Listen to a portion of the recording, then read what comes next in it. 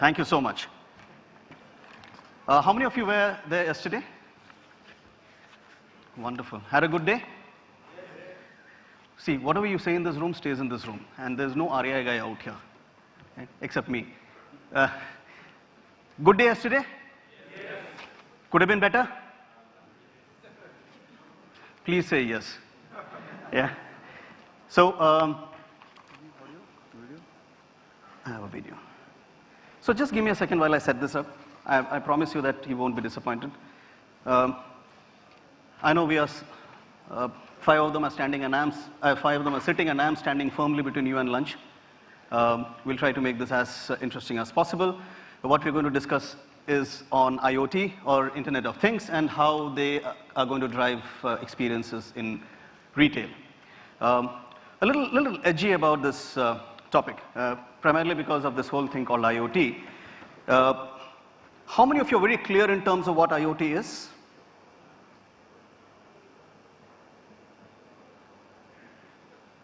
Two. Can those hands stay up, please? Sorry.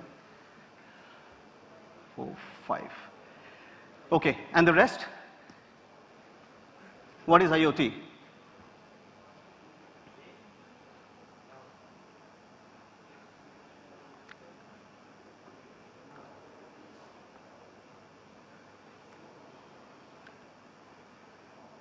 Okay, can I have a projection for this?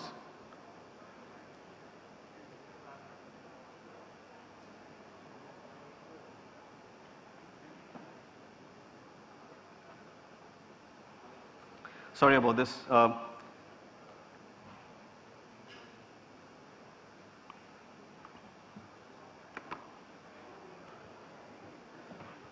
Can just, when I play this, it should come up.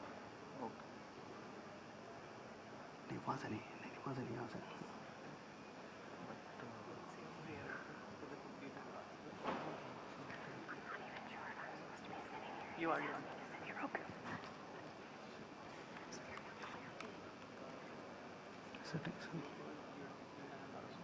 I have actually.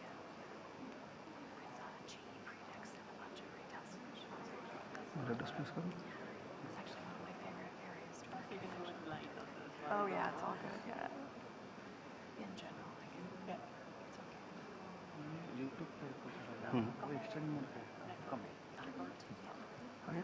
Okay, sorry.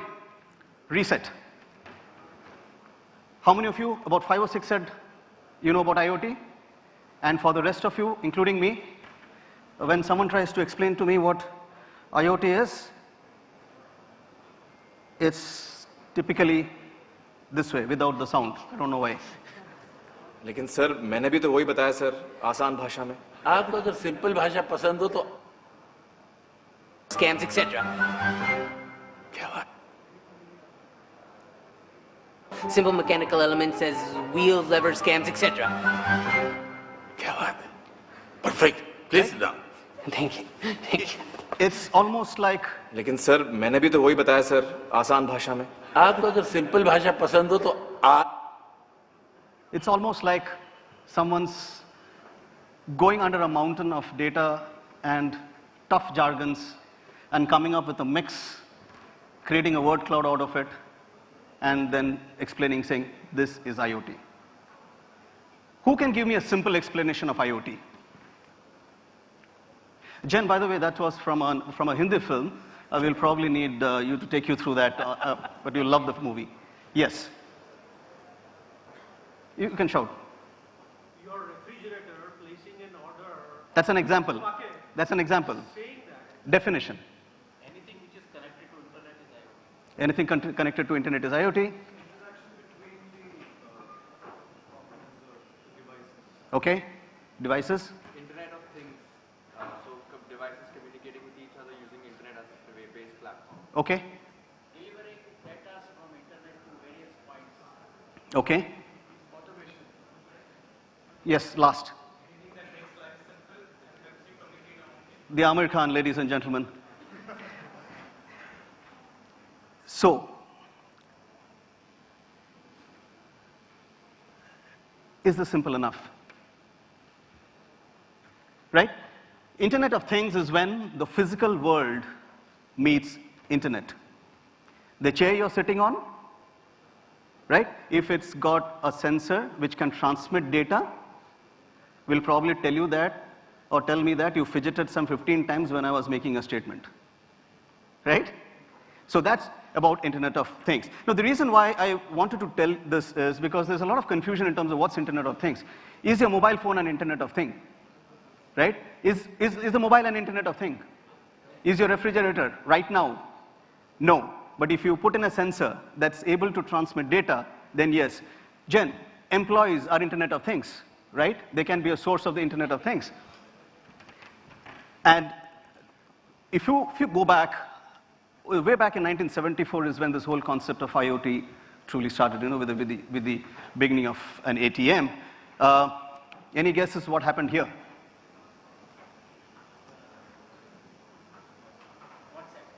No.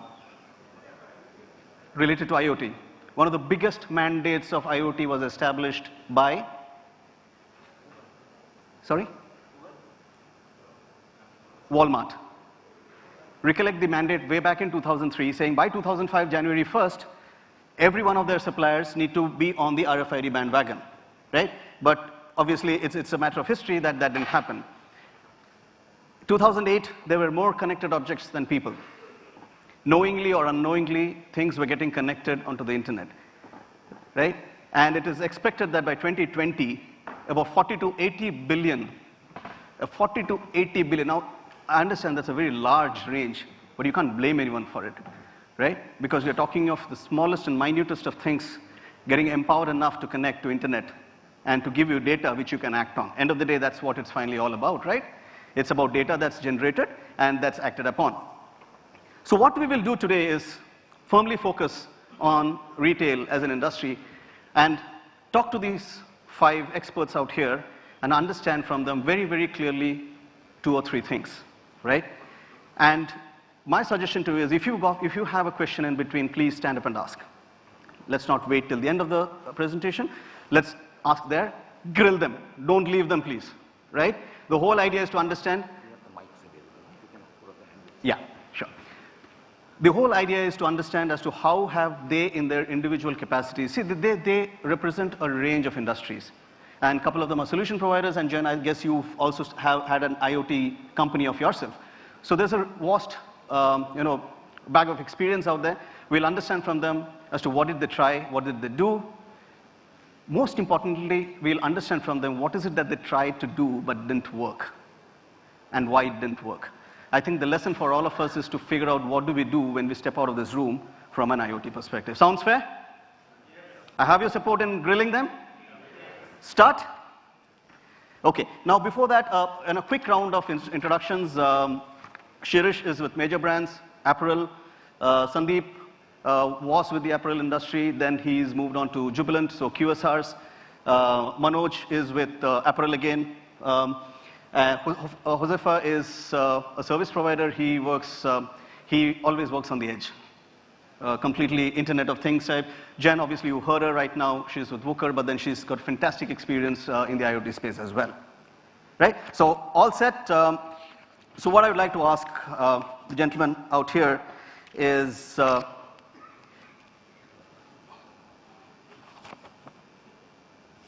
starting with Shirish, very clearly, very succinctly, have you used IoT in your current function? And if yes, what did you use it for and what were your learnings from it? And we'll keep it pretty sharp. So currently we are just experimenting to have a beacons in our stores to capture the customer engagement. So which has been resulting in a good output, I can say, in our apparel group, not in Major Brands as such, our parent company. We were able to collect about 2 million customers' data and effectively run the very good promotions with that in last 7 to 8 months.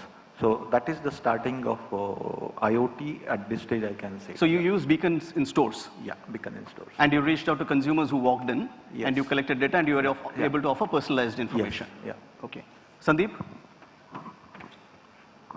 Okay, before Sandeep takes on, this is a question that I love posing. What kind of a company do you think is Jubilant Foods? Jubilant is Domino's Pizza, Dunkin Donuts, right? What kind of a company is Jubilant Foods? QSR? Quick. You know what's going to happen if you ask him what kind of company it is? Sandeep, what kind of a company is Jubilant?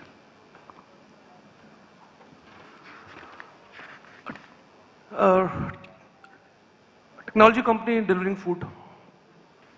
A technology company delivering food. And this is not just in Jubilant India. This is right from the headquarters. They are a technology company. Okay? So, go ahead. Yeah, so for us, we supply raw materials, semi-finished goods, and perishable goods from our supply chain center to our stores. So we use GPS tracking devices on our vehicles to track A, the location of the vehicles, and B, the temperature of the van, because the temperature determines, in what state my finished good or semi-finished good should reach the store. And again, from store, it moves into the refrigerator, which are again tracked by using IoT sensors, so that we're able to, track the quality of the food and be very certain at every stage of the food chain that we are delivering the right quality product to you. So he's used on the supply side of things, Shirish used on the demand side of things through major brands. So you've seen the supply side of, I mean, obviously, there are multiple initiatives that keep running, but I guess he's just picking up one or two which are very relevant. Manoj. Hi. I represent to the designer, the fashion design company. So for us, loss of sale is very crucial. So what we have done is we have done an endless aisle where we have given a tablet in each and every store. So if any customer comes, so loss of sale happens only for the color and the size. So we give the option of geofencing. We give the option of geofencing. So customer has the option either to book it, or they can go to the nearby store and they can take the product from there itself. So, coming back to you folks, during this period that you implemented or you started this initiative, what were the bottlenecks that you faced? I mean, what was the primary hurdle to this? I mean, it couldn't have been easy. You couldn't have walked into the CEO's or CFO's office and say, you know what, I want to implement this, so let's do it, and he would have given you a high five. I doubt if that's a possibility. Yeah. High five was given because loss of sale is very crucial for us. Okay. Because the lucky guy. we have a limited customer base. And that too as a ladies as a fashion brand. So each and every customer is very important for us. So for this kind of project, it was always a green signal for me. Okay, but in terms of the solution providers, you could have easy access to them. Did you find it easy going that path?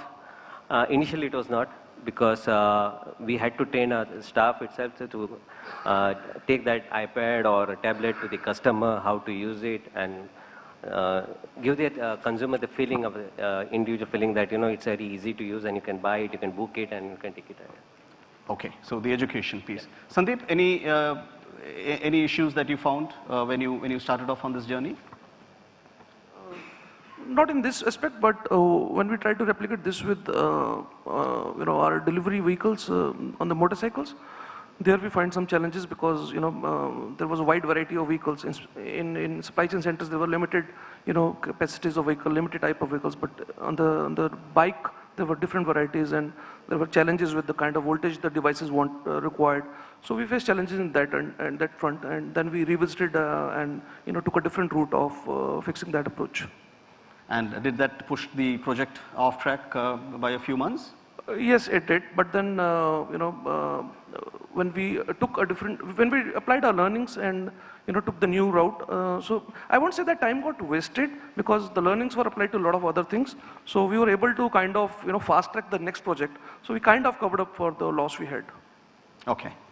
And Shirish, when you decided to put in beacons at your stores, so what kind of convincing did you have to do? Basically, with this, what we have done is... Can you hear the folks clearly?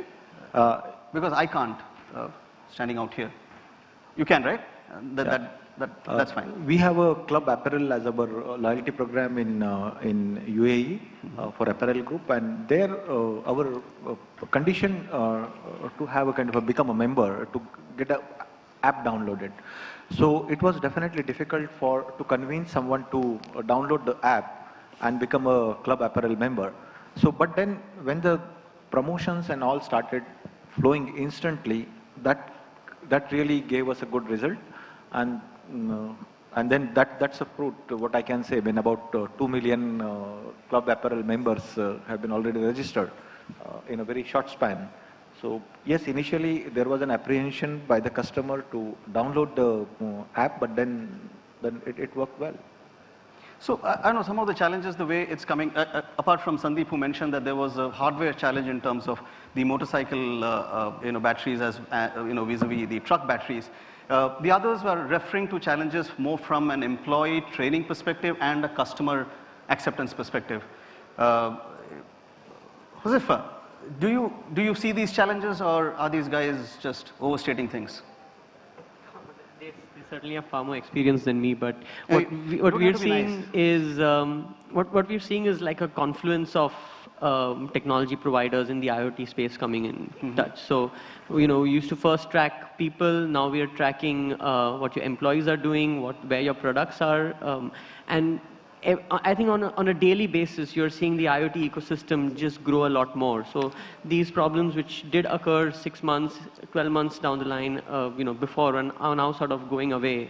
And the retailers who've adopted quick are going to be able to adopt newer IoT technologies much quicker. But as a solution provider, do you also focus on employee training and customer adoption as well? Well, the whole point of IoT is that, from what I understand, is that the devices start speaking to each other without human intervention, and you start generating data from out of that. So there ideally shouldn't be training around IoT. Do you agree? Do you agree that customer training around an IoT-enabled process is not necessary? It won't work this way. How many of you agree that it's not necessary? 2019 is still a year away. Sorry. Yeah, go ahead. So, but the specific examples of Shirish talking about the app, right? He is clearly looking at the mobile as a thing that connects to the internet. Now, do you think an app requires customer training? Depends. Okay, so Jen has So I've seen a couple implementations. There's usually two factors that make it challenging. One is, first of all, there's lots of beacons and there's lots of beacon providers. But end-to-end solutions are challenging. So a beacon that also sits on a network that also provides data visibility. So you're usually talking to multiple vendors. So that would be, I think that's getting easier over time. The biggest factor in large facilities is actually access to Wi-Fi. So if you have a large concrete hypermarket and you're trying to put a beacon on the second floor in the upper right-hand corner, you're probably not going to get as good of a signal as you are near a hotspot. And so sometimes the data can be rather fragmented. Also getting better over time. And then at least in the US and in New Zealand and Australia, probably the hardest effort is iOS is a rather closed environment, so it's not open. So if a person has an iOS device, can't obviously be spoken to automatically. If therefore a customer needs to download an application of your retail that has a permission that it should allow itself to be tracked. The customer adoption of that download is actually one of the hardest things to not get delisted, to not get deleted off your device. So you might get an initial download, and then people are going to say over time, why do I have this Home Depot app on my phone? I'm going to delete it. So then the next time I go to Home Depot, the app is deleted, and I'm no longer trackable unless you force me to download it again. So a lot of it is consumer adoption, which is the first hurdle, and then what keeps them interesting? Why should I keep it on my phone? So it very clearly looks like as if the epicenter of success in an IoT-related project lies beyond just the solution provider or the retailer per se, right? It goes into the realm of downloads. It goes into the realm of not deleting an app from a phone.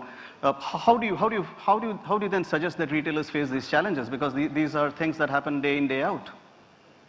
So I think one of the best solutions is actually provided by GE, because every new light bulb they have actually has a sensor built in. So if you're in the process of relamping your stores, you get a sensor for free. I'm sorry if you sell beacons, but okay, good. So each light bulb would have a sensor roughly every 2 feet. And so that way you are absorbing the cost of the installation in a lighting effort. So the ROI is actually based on energy reduction, and you get the beacon technology for free.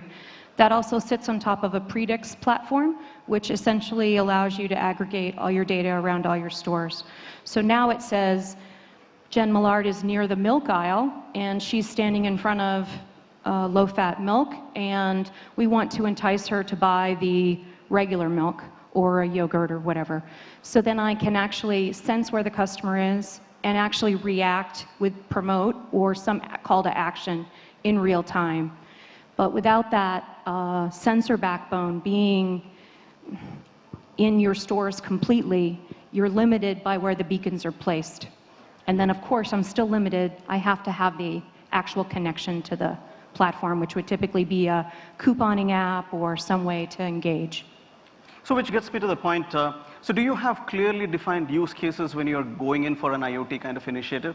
And after that, I'll come with a corollary question to both of you, which might make you squirm a little bit, but then you'll have to give me the correct answer. Do you define use cases very clearly to set out for an IoT initiative? Starting with Shirish. Basically, I can say we would like to do a lot many things with an IoT. Every retailer, or rather, at least my company, we are facing the huge problem in inventory management, specifically into the pilferage or shortages, inventory shortages. So probably tracking a proper inventory in the store and having a proper measure of inventory, pushing the articles or merchandise items before the end of season and all. So that will really give us, will give a lot of inventory can be sold out, and whatever the pilferages, if it is happening, we can control that. So that is on a top radar, I can say. So maybe many people must be using RFID for inventory control, but we have not yet started that. And that is our definitely first priority, and that is one thing we would like to do in near future. And second thing is that we are also we have a cosmetic brand, Inglot. So there we face an issue of applying the lipstick or facials kind of a thing. So the testers are available, but the female cannot use one after other. So naturally we need to introduce some kind of an augmented reality into the cosmetic sector, cosmetic field. So where the smart mirrors can give us this, how exactly this particular shade will fit onto the female's face. And third thing is, of course, everybody would like to have, even you and me, if we go into any kind of a shop to buy a denim or buy a shirt, after a couple of garments, we get fed up in a trial room and we don't want to trial it. So at least before going into the trial room, we can, if we can have a kind of a smart mirrors and use those cases there and select whatever we want to have, just so we can bring down our selection and only those if we can try. I think these are the priorities probably every retailer would like to have, kind of a thing. So he's talking of magic mirrors, and he's talking of the cosmetics, getting in a dose of RFID so that there are efficiencies in operations. Josefa, do you think you can help build a business case for him? Is there a business case? And if so... I think you have to stop looking for a business case for IoT, but have a stronger strategic vision of what the customer experience of that retail store is going to be. Everything sort of falls in. So if your customer experience is built around zero salesperson intervention, then yeah, you'd want interactive mirrors. But if it's very bespoke and very high touch customer experience, then you have to look at another application. So I think what we need to deliver is a stronger retail experience strategy, and then IoT fills in the blanks wherever it can. So yes, we can. So Shirish, in your organization, you don't have to respond on ROI for 2-3 years? To be very frank, if I really implement my inventory control, I think I will be in a position to take out my ROI in a year's time. But at the same time, what I'm saying is, with all this experience, one thing is very clear when we are working in this fashion outlet. Basically, we are into the fashion brands. The human touch is very important. So even with all this suggestive kind of a thing, even yesterday we were talking about, somebody was talking about it. We have a very live example of one of our store, which is into the Lingaris, that's a Lasanza is our store, and we have a big outlet in Select City Mall, New Delhi. So there, we have a good conversion, and about 18 to 20% is the conversion rate what we have in that particular store. And our president asked brand head, what exactly you want to convert from 20 to 22%. I want to increase 2% conversion in that particular store. So she said, I don't need any technology because I have enough of technology. I need 2 more merchandiser who can assist my customer, those who are walking in and selling the items. So definitely with the proper training, proper product knowledge, and the behavioral training, which is most important to hospitality, I can say, we were able to convert that store to 24 to 25%. So our expectation was just 2%, but we were able to do that with a human touch. And of course, everybody is talking about it, that Indian market, along with this technology, we need to convert ourselves into the human touch or hospitality. The retail sector need to convert into that kind of attitude. And definitely, I'm sure that ROI will be much faster with this technology. So Jen, would you want to share with us any specific example of how an IoT initiative that you've run at a retailer has actually delivered rich dividends, and you've been proud of it? So I think they typically fall into 3 buckets. One is a service element, one is a promotional element, and one is around what you'd like the customer journey to look like. So from a service element, I think the best example would be Victoria's Secret. So they use a simple RFID tag, which has come down significantly in price, thanks to Walmart from 2003. And every night at midnight, all the bras check in, size, color, SKU, where it would take them 10 hours with multiple people to count inventory, maybe once a month, once a quarter. So now they get a real-time inventory check every day. It's a very simple use case, but has tremendous savings and sales lift. When did they adopt this? That's probably been about 18 months. 18 months, okay. I think on the customer journey side, you have people like Costco in the US that use it for line busting, essentially. So if they start to see customers starting to queue, they will actually call different associates with handheld devices to actually move people through the store faster. So it's more looking for, they call it hoarding, sort of a herding behavior. Right. And then from a customer journey perspective, when the customer enters the store, what was the path that they traveled through the store, so that you can then merchandise your store with your best foot forward. So where people go is often indicated by where you place items or vice versa. So you can actually use it to influence the journey or not. And then I think people like McDonald's, specifically in Japan, are using it today to adjust promotions based on weather patterns. So if it's hot and cold, if it's hot outside, they may promote ice cream. If it's cold outside, they may promote tea. But it's all, the data lake there has gotten so large that they're now able to predict what promotion will actually pull people off the street. Because in Japan, you have a lot of very significant download of the McDonald's app. Okay.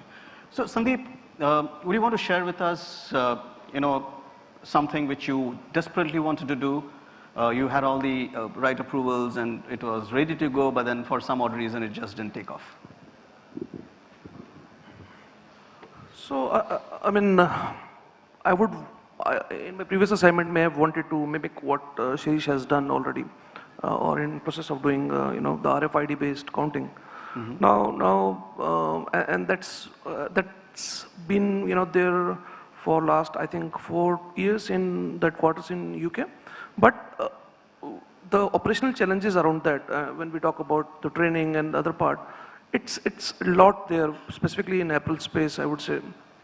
So, for example, after a busy weekend sale, you will see a lot of RFID tags falling off the clothes. Now, how do you marry them back to the store? Now, you have to use your, sensor gun and marry the barcode on the, garment and the tag back again. Now, that needs a lot of training. Now, there are some damaged, RFID tags. Now, do you put RFID printers in each store, or you create a hub store in a region and distributes RFID tags? Because moment, you have to trust them 100%, you have to trust them. You cannot complement it with a physical count again. Take another example. Let's say, there is a RFID tag which is broken off and I kept it in my pocket. So now and I was trialing jeans in a trial room. I left the jeans there. Now there are actually, if I scan from outside, so it will count as 2 jeans because one is the original tag and one was the broken tag I just picked up. So things like that are huge operational challenges which need a lot of training in IoT space as well. Which actually, for that reason, we could not do it in that limited time span that we were allotted. But yes, I think we need to do a very extended POC in these, IoT spaces, particularly in this RFID space. And then it works. I mean, it works, but you need to, do extended POC, apply the learnings, do a lot of trainings. And once you have those SOPs built in place, you will definitely get it. But it needs a lot of persistent efforts, yeah. So very clearly the business case is there, the technology is there, but then the ROI is there, technology is there, technology at the right cost is there. But we need as industry to apply our learnings together and kind of make it a success. So there are practical problems that come in. So Josefa, any solution for the practical problem that an apparel retailer faces? I mean, this I'm sure is across the board, right? I will not be able to add too much light on what solutions are available for that, but what I have seen is that as technology goes ahead, we are seeing a lot of the IoT platforms, especially traffic counting, the packaging as well as product display sort of merging. So now we're having large, I would say, integrations across this entire space. So as we go ahead, those practical issues are going to get sorted by better packaging, etc. So we're seeing that going down, but we're also seeing these large organizations sort of come together to create large ecosystems of IoT enabled. So now you would be able to see your store operations as clearly as you would see as a website operation, so it's all happening. So staying with you, Josefa, is there anything that you want to share with us which kind of makes you happy about the fact that IoT has been adopted by an enterprise or an industry, and something that you worked in, and probably let everyone know as to how did it work and why did it work the way it did?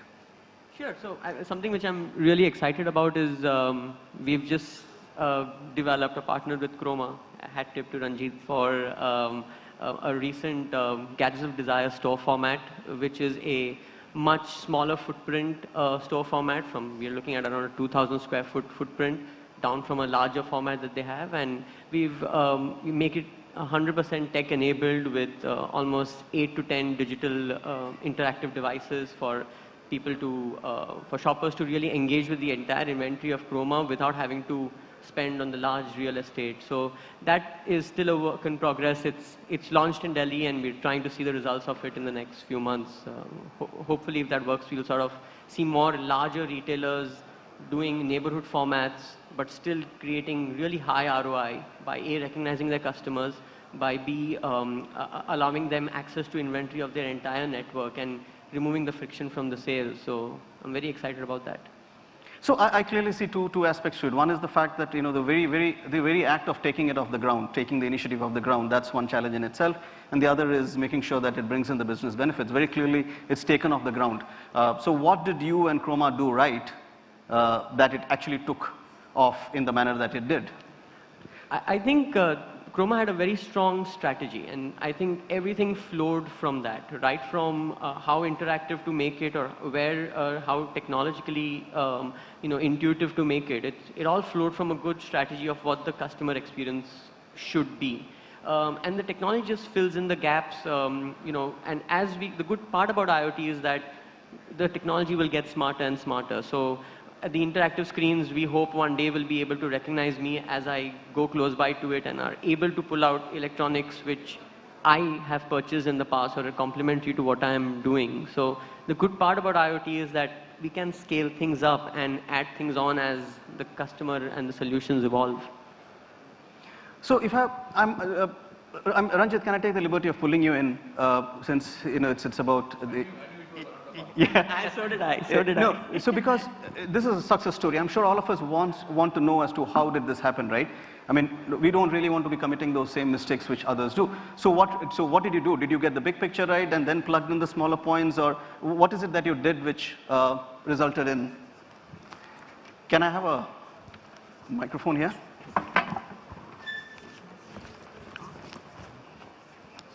Oh, so this is something that we, took a page out of Google's playbook. So we said we'll do a pilot. It will be a customer-facing pilot. What went right was, the business had a very clear vision about what they wanted to do with that store. The branding of the store itself was Gadgets of Desire, and everything had to be technology enabled. So that's the reason why we put a lot of technology elements which the customers can play with. So for example, if you go into the sound section, you have a panel through which you can try out different kinds of sound boxes.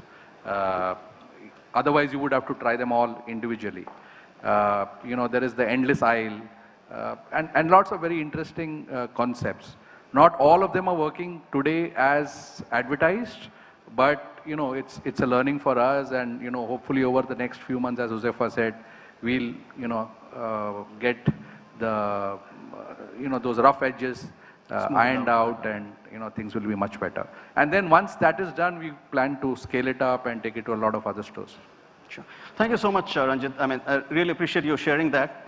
Now, it's very clear. I hope everyone got it, right? There's a lot of thought that's gone into building the strategy around it. They obviously didn't just leave it onto the solution provider to kind of figure out as to what can be done. I think a lot of exercise goes in trying to figure out what the bigger picture is, what are the use cases, making sure that the technology that is needed for those pieces are there. And finally, I'm sure you're following a phased approach as well. It's not a big bang approach where you go and do everything. Despite, their store is called, I'm not sure how many of you got it, it's called Gadgets of Desire, or God, right? But even God takes steps in a phased manner. So thanks so much for that, Josefa.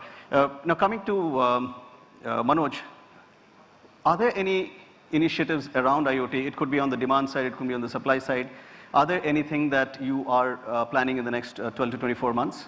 Yeah, we are doing that. Currently, we are focusing on the footfalls. We are putting the 3D camera device, and also we are working with the CCTV also, so that we can capture the face of the customer, and we try to find out how many times the customer has visited, what is the profile.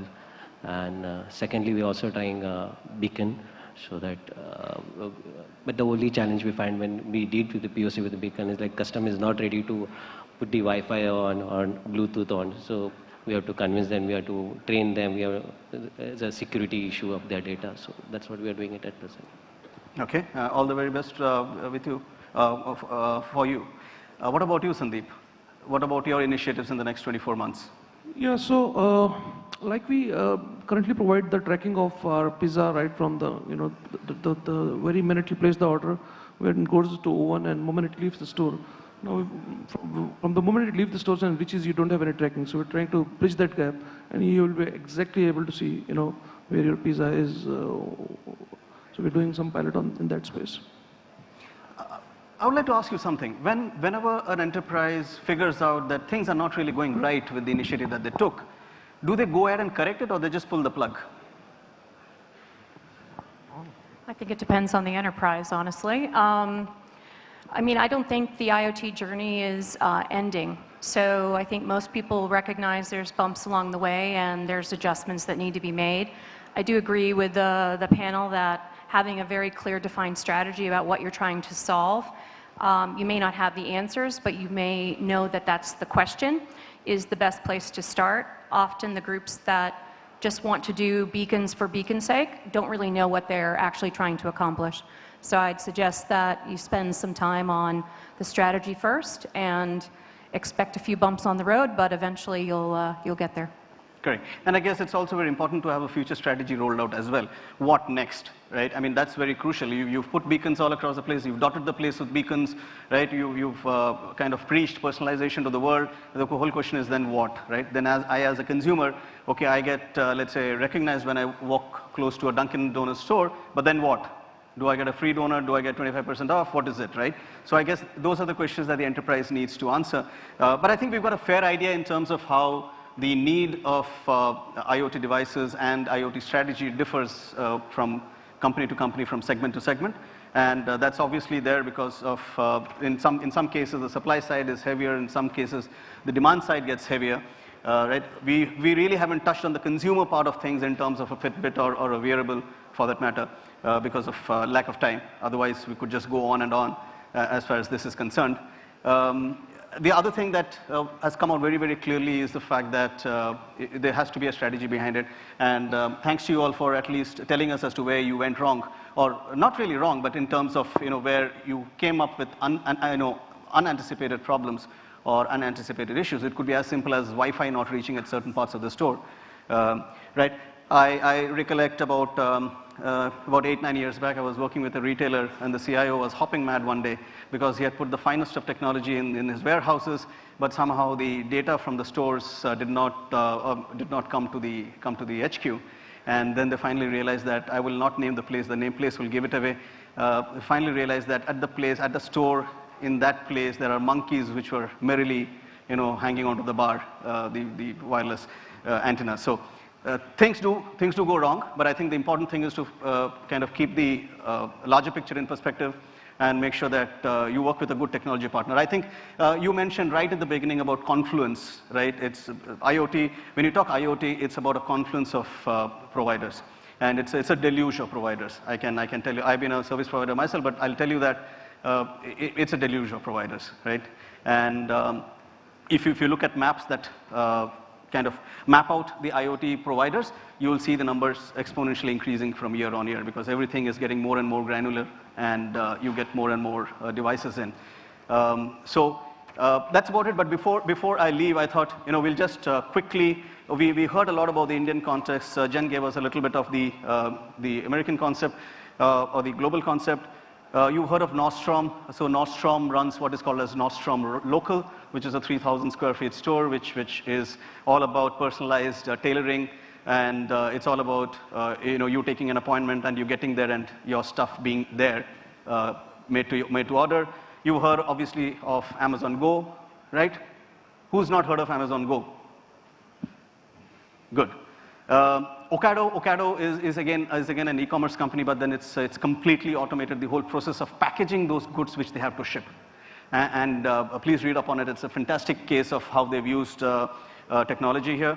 Costa Coffee again has worked with Intel over a long period of time. They've kind of made these vending machines as intelligent vending machines. So right from cashless payments to the choice of brew to just about anything and everything is out there. My Magic. Anyone's heard of My Magic? Disney? So My Magic is a Disney initiative which makes sure that this smart band or a wearable has all your information. It leads to an absolutely frictionless kind of an experience when you get to a Disney park.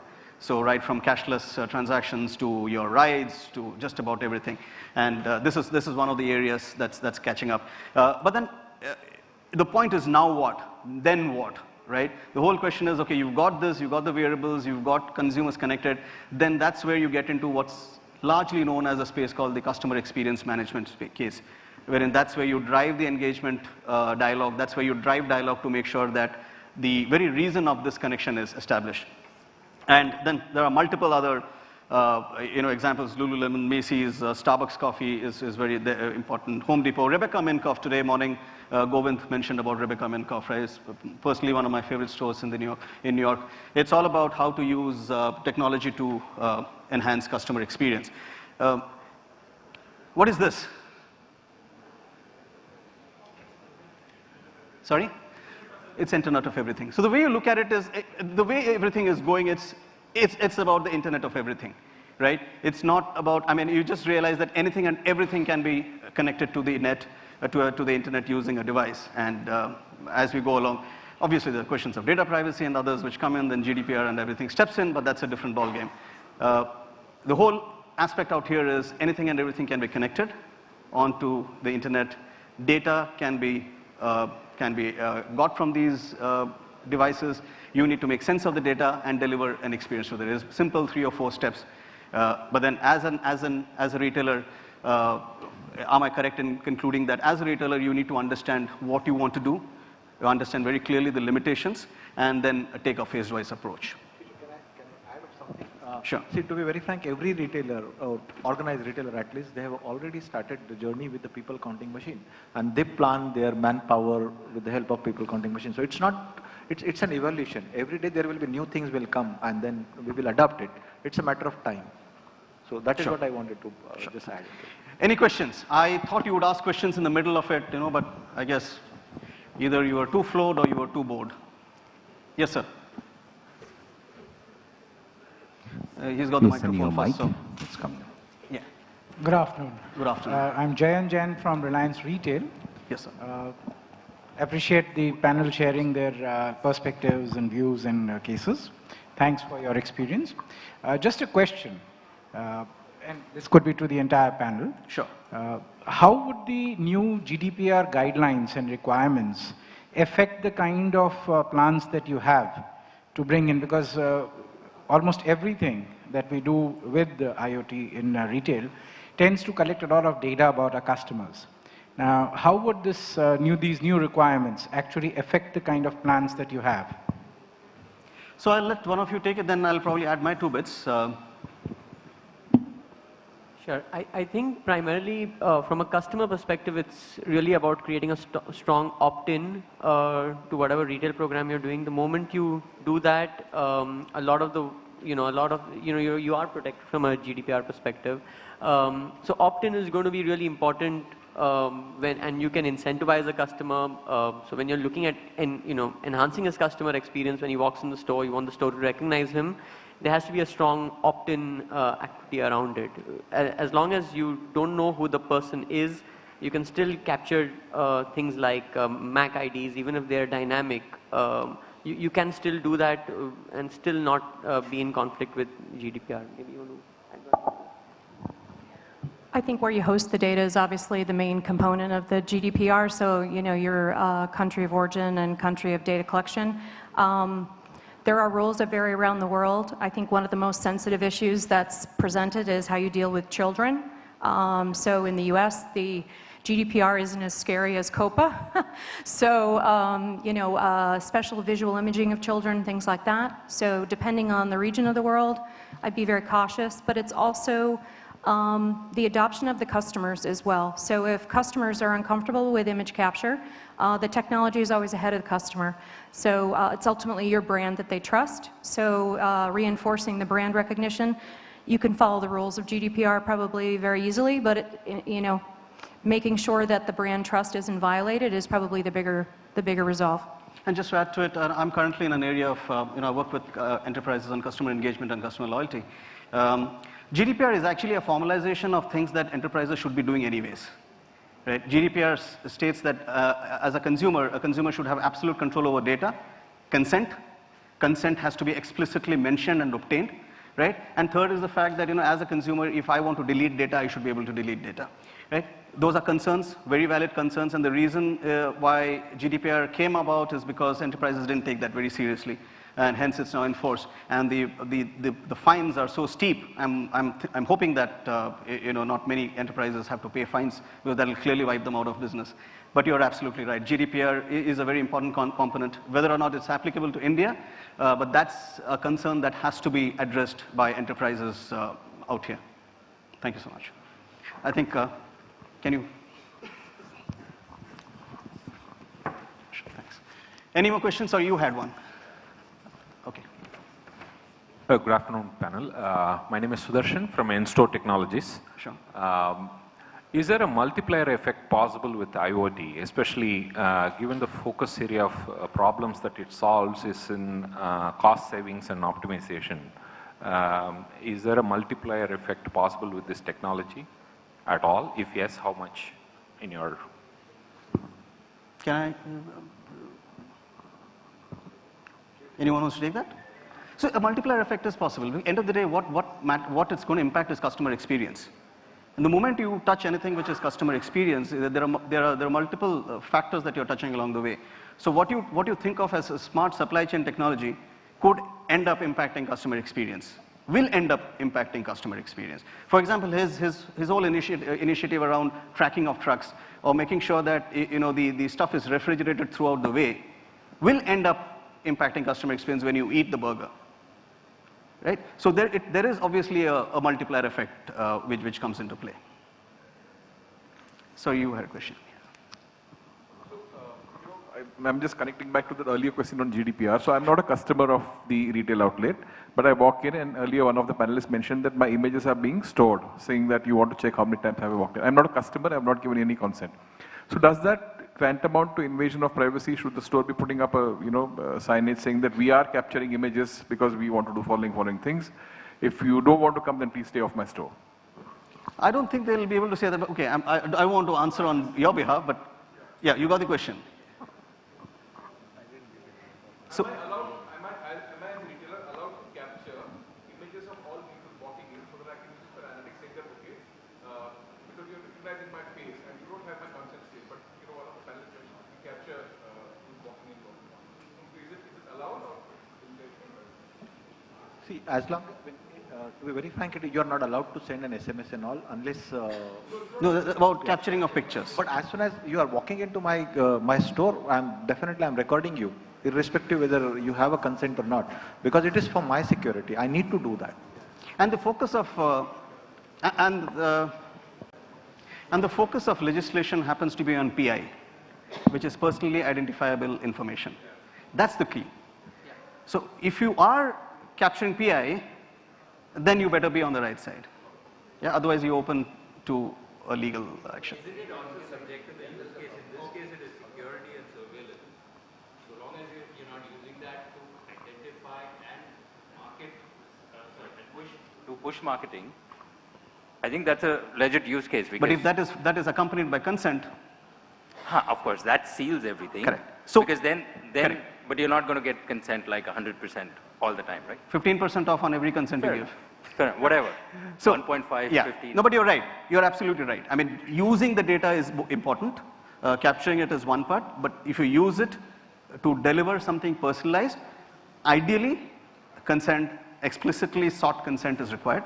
And at the foundation of GDPR is consent and PI. Right? Because as a store and establishment, I'm entitled to my rights to protect my periphery and whatever I keep over there. So that cannot be taken away by any of the regulation. Sure. Now this is actually turned from light red to bright red, saying my time's up. So thank you so very much. I hope you've had a good discussion on the use of IoT. I would take a moment to kind of tell you that please come back if wherever